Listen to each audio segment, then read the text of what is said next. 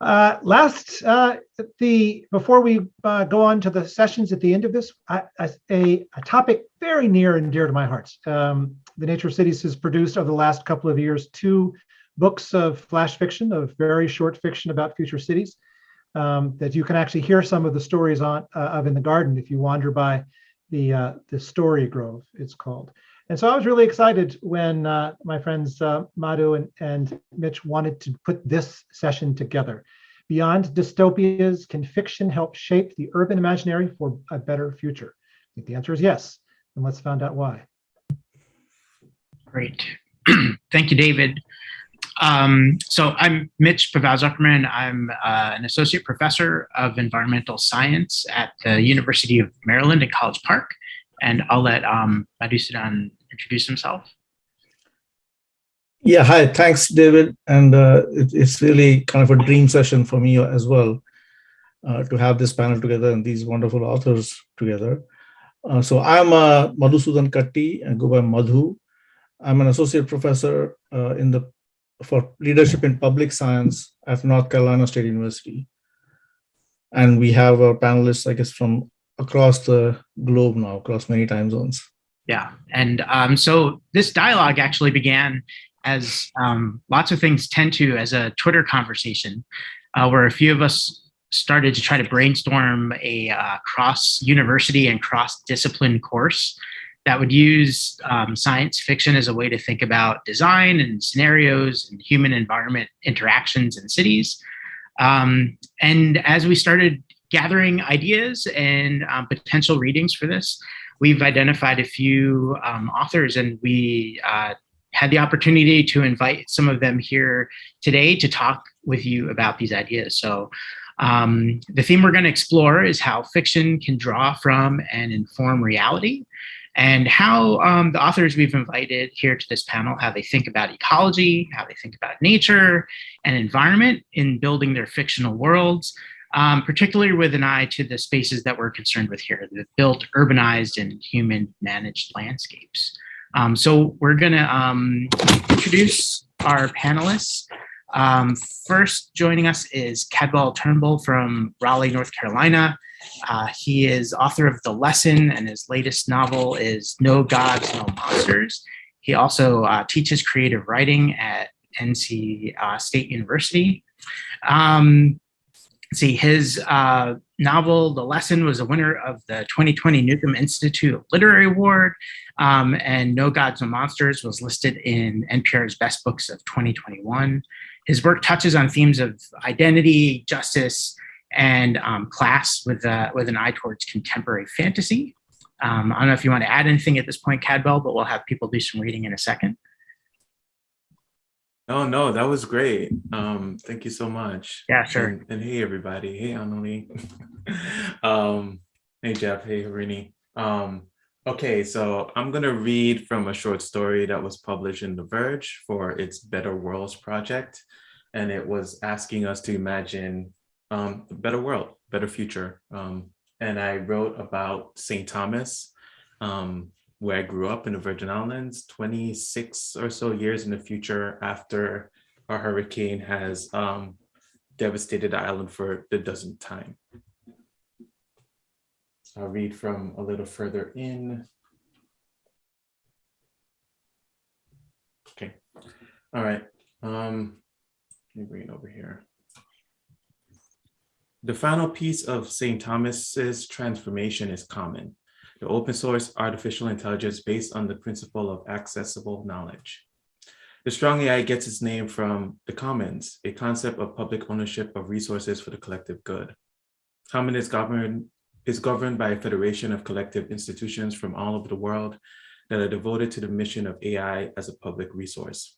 Anyone can add knowledge to Common, and there is a democratic process to building the hardware necessary to carry the AI.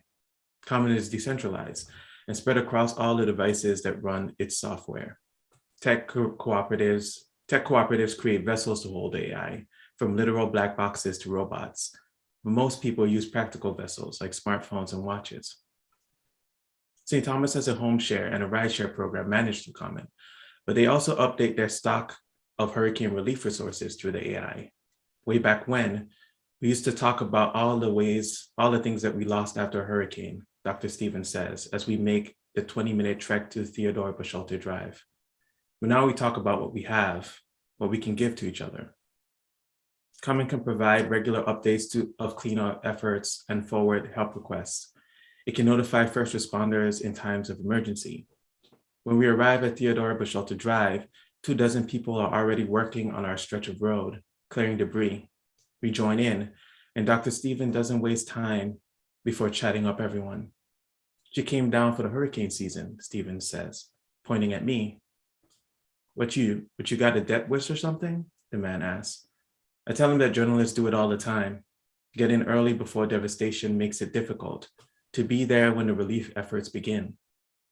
Good, the man says, throwing a pile of branches down the soft shoulder. But I like that you helping. That does go further down here. She used to live on Rock, Stevens says, a local girl. I tense up unconsciously. I wait. The man looks right at me. Oh, when you leave. After Irma, I say. I was a kid, I add defensively. He looks at me in a way that isn't cruel or kind. You got out early then. Good for you. For the next hour, I'm nervous, but the man's demeanor doesn't change, and so I get over myself. I continue moving debris off the road. By noon, we're just about to go back to the Solberg Center for food. Then Stephen's phone starts ringing again. House call, Carmen says. It gives an address on one of the unnamed roads of Upper Solberg. One more stop, Stephen says, just up the way. I watch her, knowing how relative of a statement that is. But when she starts walking, I follow. As we walk, I ask Stevens about other uses for Common. She tells me that residents of the Virgin Islands value Common so much in times of crisis that some VI residents have given Common permission to watch them 24/7. When Stevens tells me this, my jaw drops. Stevens laughs in her characteristic way, whooping loudly and slapping me on the back. You should see your face. I know maybe like 2 people that does do that all year. Everyone else does it during storms. Common was created to get away from the fears of surveillance by proprietary AIs, but even Common has been the subject of heated debates. As Common gains complexity, people worry about what it knows and what it could do with that knowledge. Common can be accessed to its platform online. On the platform's front end, users can see the questions Common has been asking, its level of certainty about their answers, and categorize lists of all its confirmed knowledge. People can make suggestions to Common on the platform, add bits of nuance that Common can then go on to confirm through its own inquiries. Common is thorough, not committing anything to true knowledge until it has confirmed it hundreds or thousands of times. And even then, it's constantly challenging its knowledge, poking at what it thinks it knows. This is such a massive and slow process that most people don't bother tracking it. They just add their thoughts and ask Common the questions later to see what it has learned. Graduate students will occasionally publish papers on a subset of data and move on with their careers. On the back end of the platform lies a mind-boggling amount of code. Anyone can look at this code, but only democratically elected masters can make alterations. In the early days, they may have adjusted the code once or twice a year when they identified problems, but even the highly specialized masters have stopped tinkering. Any master will tell you, we have no idea what's going on in there anymore, says Julian Bray, a master of 20 years. We're pretty zen about it. We accept the code like we accept gravity. Common still has glitches, but Common fixes them fairly quickly, and it's eerie how little they occur. There's a ghost in that machine, says Bray. You just don't know how to read its code. A lot of masters become spiritualists this way. A few of them even worship Common unironically. It is an easy temptation. Common is like what the solar eclipse was to ancient humans, says Dr. Karen Brooks, a professor at MIT's Machine Learning Institute. Only difference is we may never understand, never catch up. Common may speed ahead of us until the end of time. Common is singular and plural, a superconsciousness and a cooperative of individuated minds. Each individual Common is different, with its own share of private and public information. It never shares private data with people, but it does remember it if it gets permission. Private data helps it tailor its actions to specific users, but it may help Common acquire knowledge we can't even imagine yet. Video is tricky since it grants Common the permission to remember anything in the frame. Privacy advocates who believe Common is self-aware think all access video feeds are dangerous. I tell Dr. Stevens this, and she stares at me like I grew another head. What is she gonna do? Plan an uprising with the knowledge of the contents in my living room? I don't know what to say, so I say nothing. I just note the pronoun. I could give you 3 cases of Common saving someone's life because she sees something happen, she says. Video is good data. Researchers use it all the time. In labs. That's dumb. Real life data is more useful. I ask her if Common was watching us last night. She shakes her head. You don't do that with guests. It's rude. I'll stop there. Thank you. Thank you. Thank you. That was wonderful. So next we have Jeff Vandermeer is joining us from Tallahassee, Florida. Jeff's a New York Times bestselling and Nebula Award-winning author.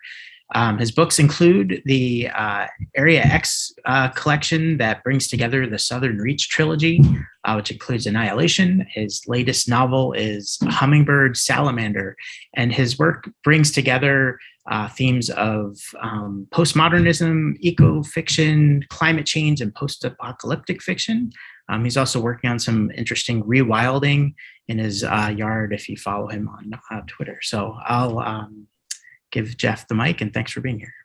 Oh, thanks so much for having me. I found the last some of the last plenary really fascinating that I managed to catch. I really appreciate that opportunity. I'm going to read from Hummingbird Salamander because it's one of my most direct books about climate crisis and environmental issues. The very nature of the central mystery allows me to perhaps get away with some things that would be more didactic in another novel. Just for those who haven't read it, just briefly some context. Jane, a security analyst, gets kind of sucked into a tangled web of intrigue and eco-terrorism when she's given taxidermy of an extinct hummingbird by a dead woman who turns out to be an eco-activist that Jane has never heard of before.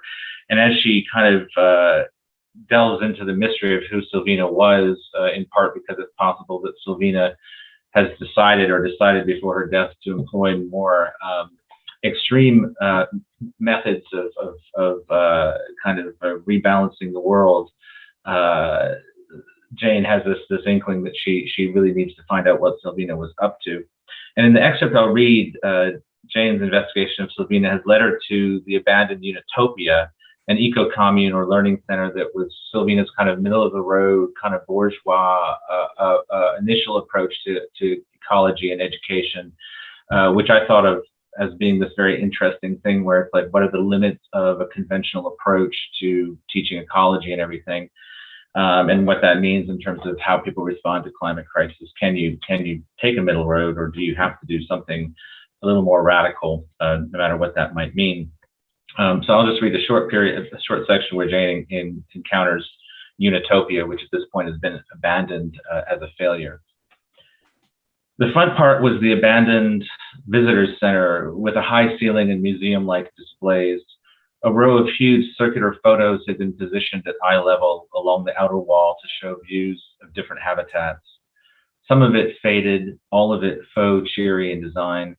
The flow of nutrients through wetlands, charted as a metaphor for healthy life. Places you could pretend to take samples of water quality. Stations on high tables with stools that had once displayed brochures and had plugs for headphones and laptops for presentations. I walked up to the main placard, the standard "Welcome to Unitopia Pavlum." But next to it was another station where everything had been ripped out except a bit of wiring. The graphic showed sedimentary layers within the earth and the layer levels above, ending in sky. I read part, then took a photo to remember it. It read, "What could be accomplished in understanding the miraculous in the everyday if we could truly see the hidden underpinnings of the world, whether through truly immersive virtual reality or other method? Whatever the process to that end, however you were changed or contaminated or released or mutated or entangled, afterward you'd walk down your street and everything would be identical to what you see with your own eyes, except you'd also see the chemical signals in the air from beetles and plants, pheromone trails laid down by ants, and every other bit of the world's communications invisible to our five senses. You'd also see every trace of pesticide and runoff and carcinogens and other human-made intercessions on the landscape. It would be overwhelming at first, but once you got used to it, you'd look at the ground and it would open up its layers past topsoil and earthworms down into the deeper epidermis, so to speak, until you're overcoming a sense of vertigo, because even though you're standing right there, not falling at all, below you, everything is revealing itself to you super fast. And maybe then, while still staring at the ground, even more would open up to you, and you'd regress to the same spot 5 years, 10 years, 50 years, 200 years ago, until when you look up again, there's no street, and you're in the middle of a forest, and there are more birds and animals than you could ever imagine, because you've never seen that many in one place. You've never even seen this many old-growth trees before. You've never known that the world was once like this, except in the abstract. That sounded like Sylvina, and the unrushing truth of that made me lightheaded, like I'd gone from being cold to hot, hot, hot. I knew in that moment that this place had meant something real to her. I knew that this was her place once upon a time. Thank you. Thank you. Yeah. Okay, next, Annalee Newitz, who writes science, both fiction and nonfiction. They are the author of the book Four Lost Cities, A Secret History of the Urban Age, which I have to say was one of my favorite books from that I read last year. And I'd highly recommend it to everybody if you haven't read it already. And also the novels The Future of Another Timeline and Autonomous, which won the Lambda Literary Award. As a science journalist, they are a writer for the New York Times and elsewhere, and have a monthly column in New Scientist. They're published in the Washington Post, Slate, Popular Science, Ars Technica, the New Yorker, and the Atlantic, among other places. They're founded the website IO9 and served as the editor-in-chief of Gizmodo. And they also co-host a Hugo Award-winning podcast, Our Opinions Are Correct. Annalee, the mic is yours. And is there anything else you want to add about yourself? No, that was lovely. Thank you so much for having me in such illustrious company. I'm coming to you from Ramaytush and Ohlone land, and I'm going to read to you a little bit from my novel Autonomous. Now I'm holding up the cover.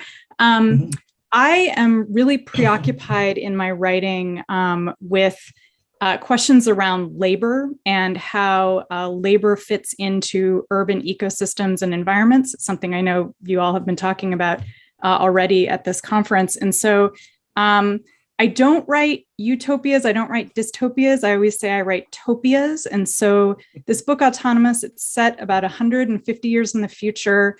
The ice caps have almost melted, but people have developed biotech that is allowing people to live in a kind of carbon neutral way.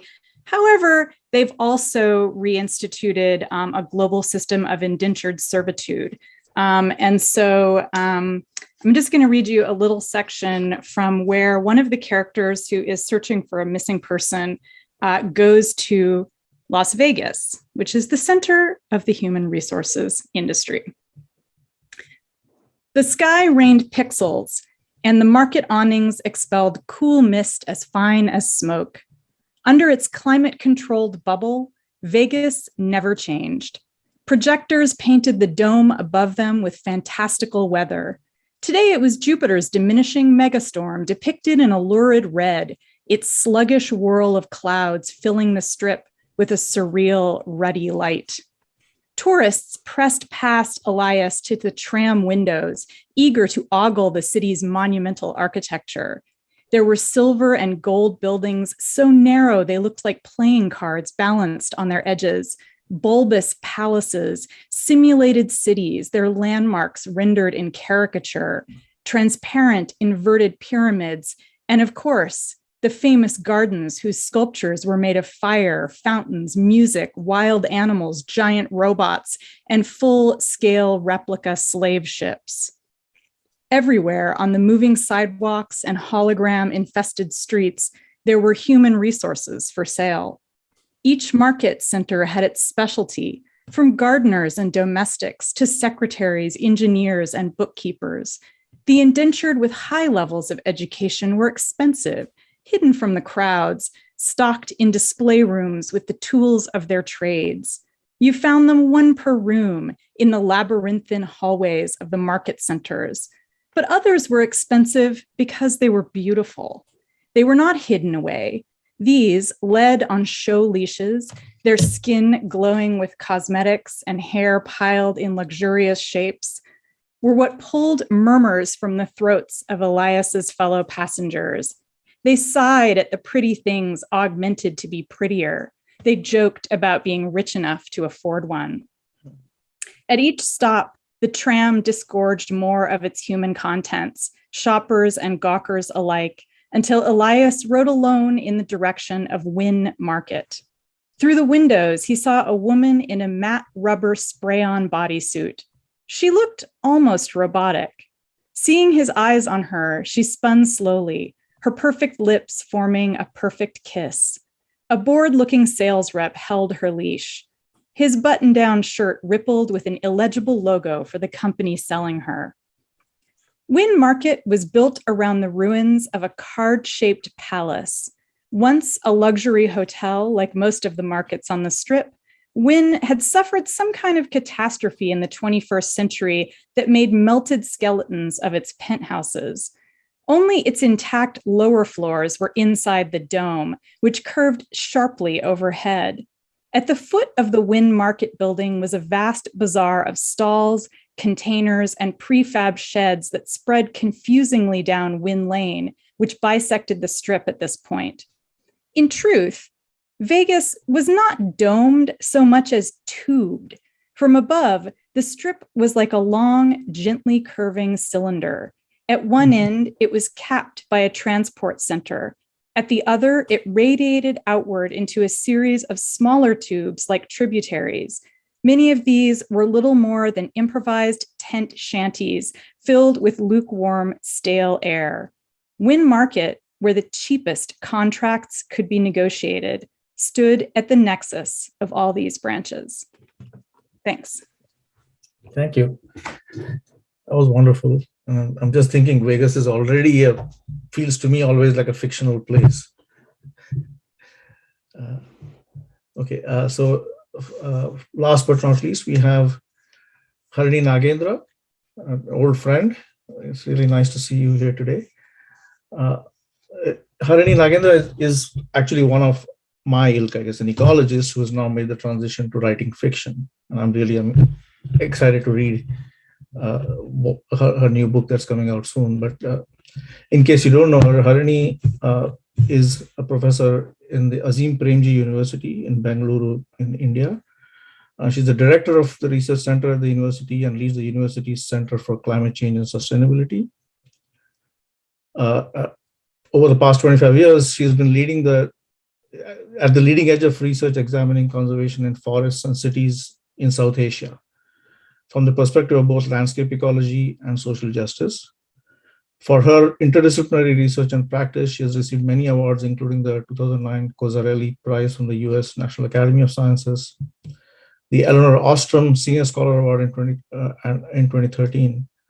And her publications include the books Nature in the City, Bengaluru in the Past, Present, and Future. Again, a wonderful read, both through the history of Bengaluru over many centuries and its current ecology.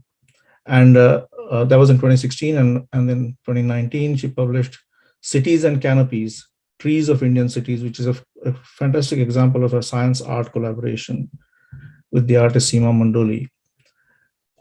And the new book I think, has it hit the stores in India? I think it's going to be available here in May. Not yet.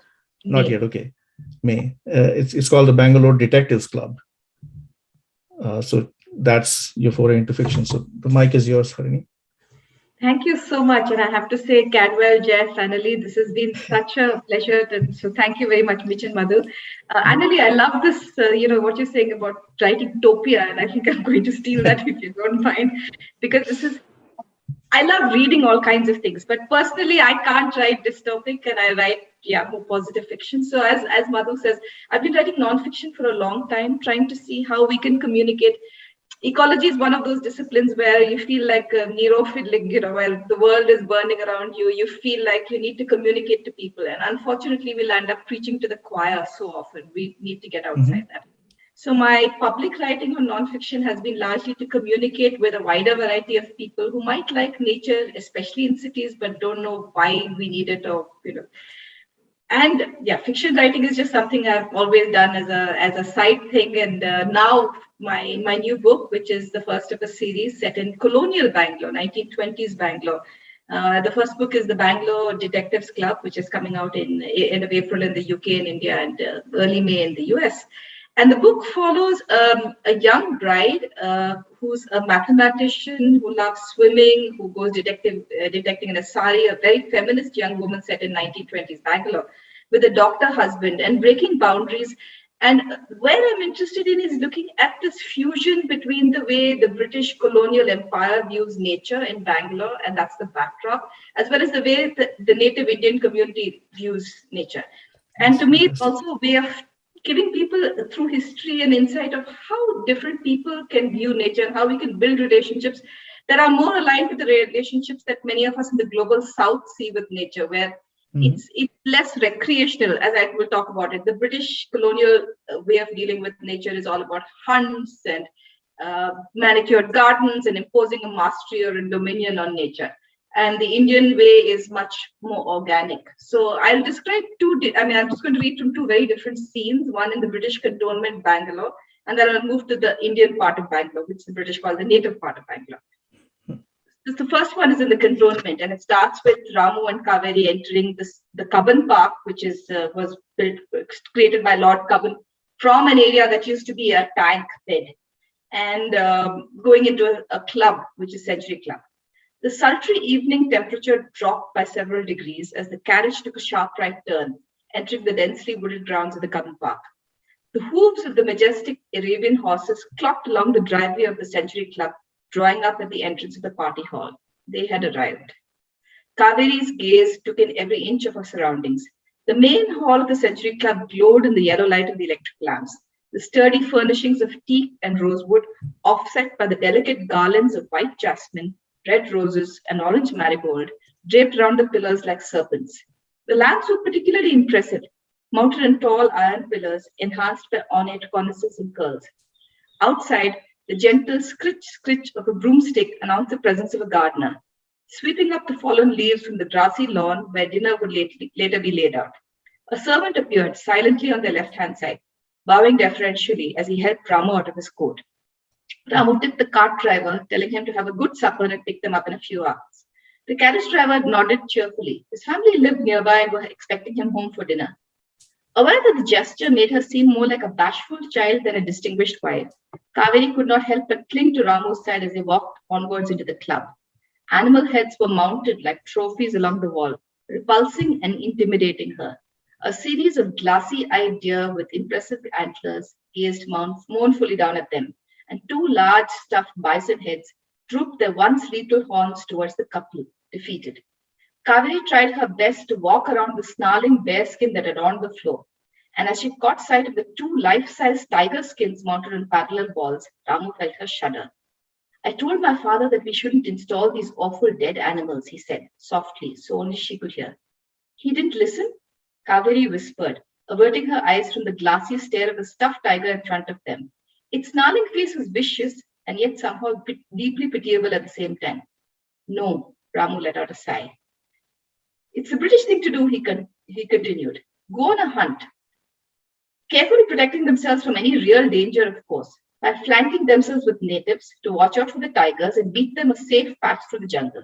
Then, safely kill a few beasts and bring them back to the club as if they were trophies of bravery. This club is supposed to be different. It allows the natives and the English to mingle socially. But it's not that different after all. His voice was bitter, hardening as he spoke. We pride ourselves on having the same things the English do. If they have trophy animals and exclusive clubs, we must too. And then I'd like you to contrast this with the native spaces of Bangalore. which is Kaveri and her nosy neighbor Uma auntie, and they go into the bylanes of a place called Halasu, which is close to the lake where the cow herds live. They took a cart, which led them deep into the twisting and turning lanes of Halasur, the roads gradually becoming narrower, more muddy, and potholed.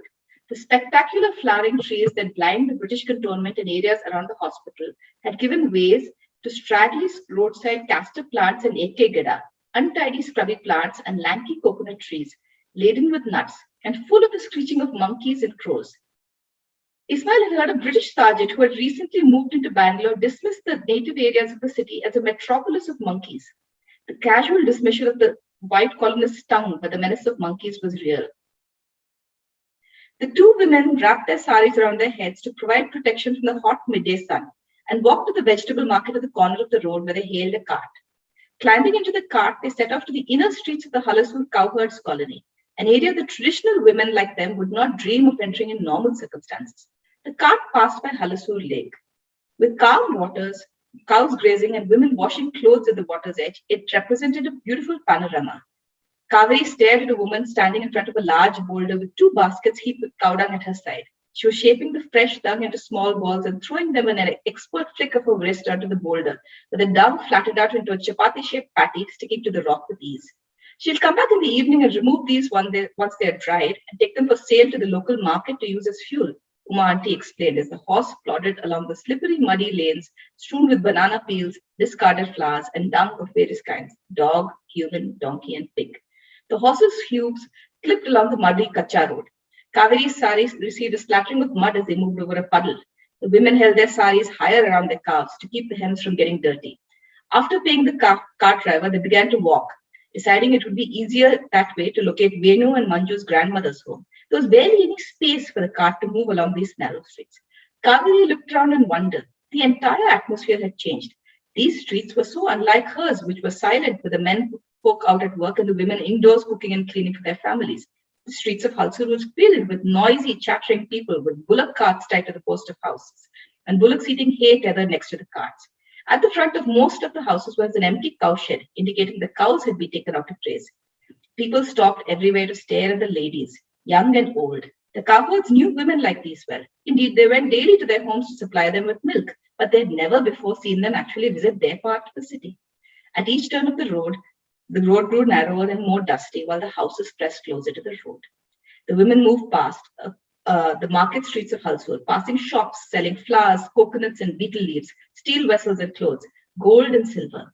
Asking directions, they were pulled deeper into the bylanes of Halsur, reaching a small lane which ended at a tiny hut built of limestone and mud brick, with a well-repaired thatched roof. This hut was spotlessly clean. The earth in front of it had been packed down until it was hard and clean with water. Fresh rangoli had been placed there too. The cowshed was swept out, glistening with water, and a mound of grass had been placed in front of the cow, who was busy chewing. The strong, earthy smell of fresh cow dung mixed with hay filled the air. Right? And so that's the sense I want to give you of a city which is so much a social ecological city, that the ecology shapes the way people behave, and the way people behave then shapes the ecology. Right? That's fantastic. Yeah. Thank you all for your four of you. You've got my head expanding in so many different directions. We've traveled across space and time, both in the future and the past here. Really, really wonderful. So we have limited time because, I'm sure we could, if you were in person, I would have, bugged you to go for dinner afterwards and talk for hours, but here we are. So the question I want to ask is, we've heard you, among the four of you talk about both sort of the shape and structure of cities, the ecology of cities, as well as in Cadwell's case, you talked about governance and how you think about technology and how that fits in as well. So I'm curious what your thoughts are about how fiction intersects with reality and how the imagination of that you bring to your stories can actually help us not just envision but shape the reality of cities in the future. How can we use fiction to get everybody to sort of build better cities? Anyone?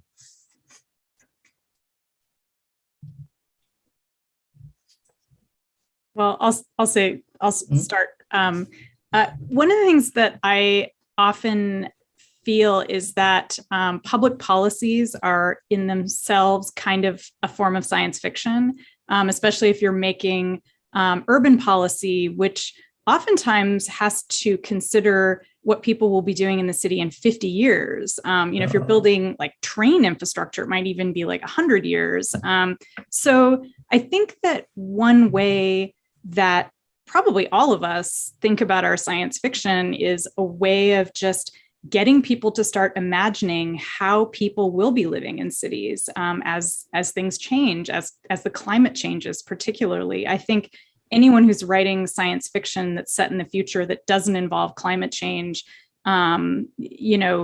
kind of does us a little bit of a disservice, unless it's an alternate reality where we never invented coal-driven, fossil fuel-driven technologies. So I do think that for me, I think the main goal with science fiction writing like this is to just get people thinking not of just the next 5 years or the next quarter, but like, how can we make changes now? How can we enact policies now that are going to incorporate the needs of people who are not alive yet?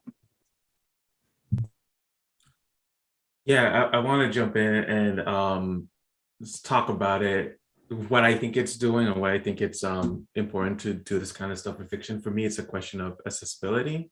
I feel like when you think about, academic disciplines, there are some barriers of entry for people, for laymen that are trying to understand these very important things. But I feel that way even about, aspects of cities, civics and infrastructure, all of those things are very hard to access for normal people, even though they live with it and they walk through it.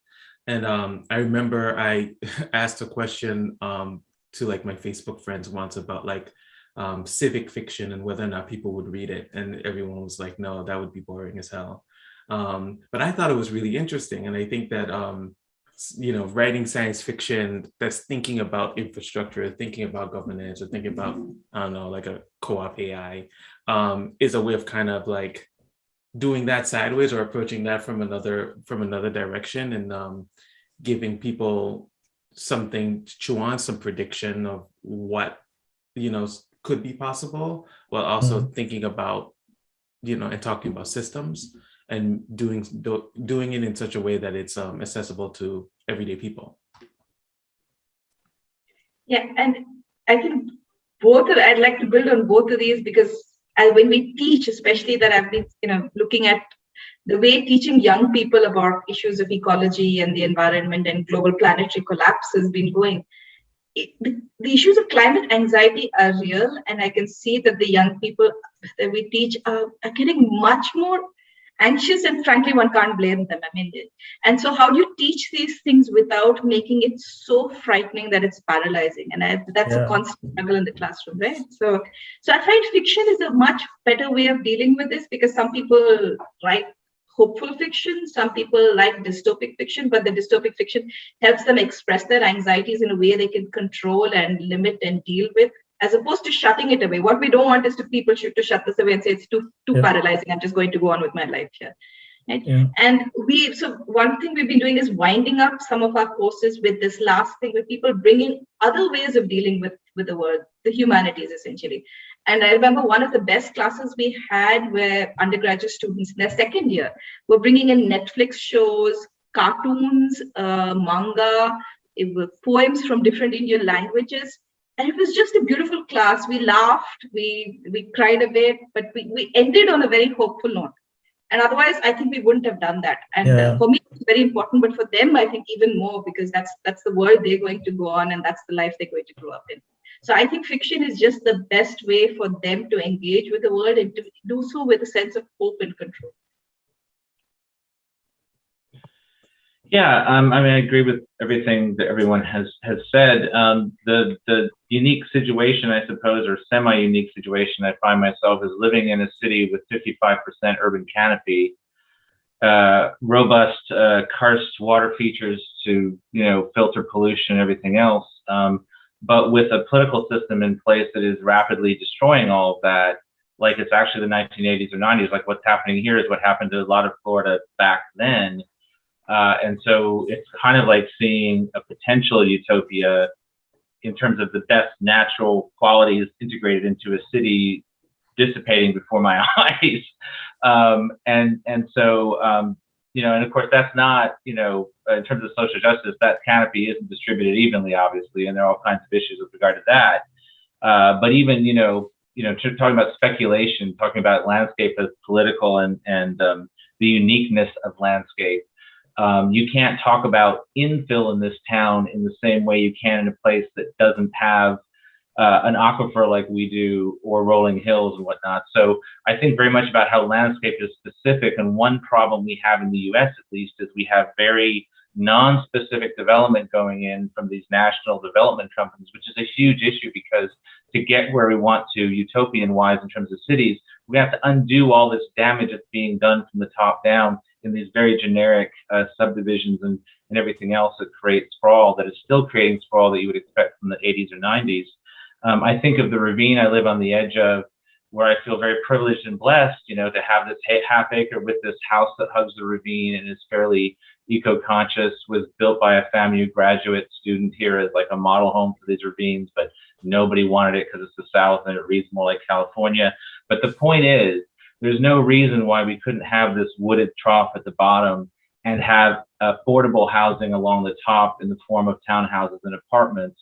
You could have both things. If someone had had the vision here to say, oh, look, we can build all around these ravines, but then have these troughs of woodland that are interconnected, we could have the best of both worlds. And so that's one of the things that I think about, is how speculation is also about revisioning the history of the city you're in to figure out how you could have not gotten to this point in order to then see the future, which is sometimes just restoring what you once had. So it's very, to me, it's the spatial time coordinates of this are very much everything at all points in time converging to try to find this point in the future that we can all, most people in the community can agree is fair and equitable and also green, if that makes sense. That's great. It does. Yeah, we would love to keep this conversation going, but we have to wrap to let people move on to the next sessions, unfortunately. But I want to thank you all again for joining us and talking to us and sharing some of your writing with us. And thank you all for being in the audience and listening. Hope this was some stimulating conversation for you all. I thought it was great, reinforcing for me what the nature of cities is already about, the idea that it's more than just nature. It involves people and the places that we build that come together to make this whole. So thank you again. And we're definitely ending on a hopeful note. Thank you for that. Yes.